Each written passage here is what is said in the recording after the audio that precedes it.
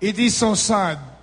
Many Christians, many people of God have the same mentality. Hindi nila naintindihan ang katotohanan na kalooban ng Diyos ng bawat anak niya ay hindi dapat isang kahig, isang tuka. Ang kalooban ng Panginoon ay hindi dapat maging sisiw lang ang mga anak niya. Ang sabi ng Deuteronomy chapter 28, if you fully obey all my commands, God said, if you carefully follow all my commands, I will exalt you above all nations of the earth. I will command the coming of the blessings sa iyo. You will no longer borrow. Hindi ka na mangungutang. Ikaw na ang magpapautang. You will no longer be the tail, but you will be the head. Because you are born again to be more than conquerors through Christ Jesus who loves you. You can do all things through Christ Jesus who strengthens you. Amen? Ito po, pag binasa natin ang Biblia, ayaw na ayaw ng Diyos ng kanyang mga anak ay isang kahig, isang tuka. Sabi ng Diyos sa Deuteronomy chapter 8:18, remember your God who gives you the power to get wealth, the power to produce wealth. Sabi ng Psalm 35 verse 27, let us glorify God who has pleasure in the prosperity of His servants. Ang kaligayahan ng Diyos ay makita ang kanyang mga anak na masagana ang buhay, hindi naghihirap.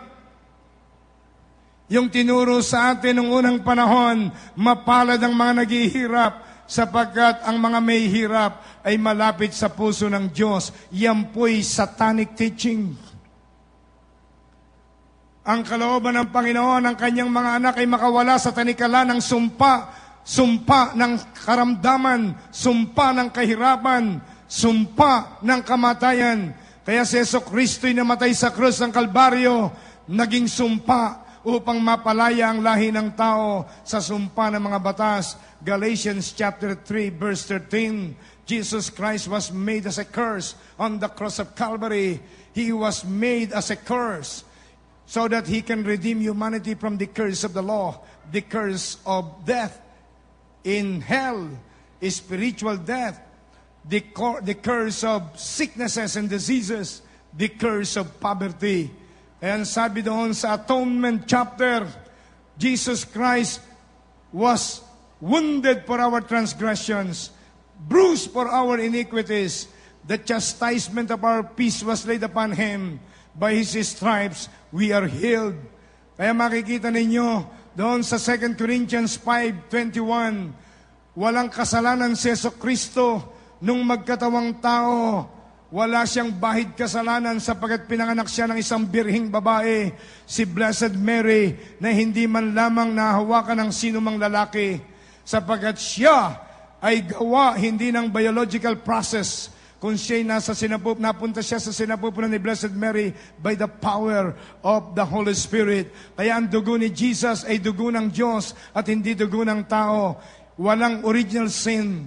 Kaya siya na walang kasalanan ay ginawang kasalanan sa krus ng Kalbaryo upang tayo'y mamatay sa kasalanan at mabuhay sa katwiran ng Diyos kay Kristo Jesus. 2 Corinthians chapter 5 verse 21. Jesus Christ, who knew no sin but was made sin for us so that we can be dead. We should be dead to sins and should be made as the righteousness of God in Christ Jesus. Palakpakan natin ang Panginoon. Yes, Lord.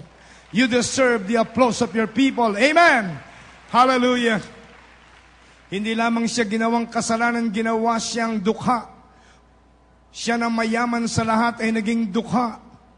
Siya na mayaman sa lahat ay naging dukha upang sa kanyang kahirapan kayo at ako'y magkaroon ng kayamanan. 2 Corinthians chapter 8 verse 9, Jesus Christ was so rich, yet became poor, so that through His poverty, we can be rich. 2 Corinthians chapter 8 verse 9. Hindi lamang para tubusin tayo sa kamatayan, sumpa ng kamatayan at sumpa ng kahirapan ng buhay. Tinubos nga tayo sa sumpa ng sakit karamdaman. By His stripes, we are healed. Amen? Palapakan natin sandali ang Panginoon. Hallelujah.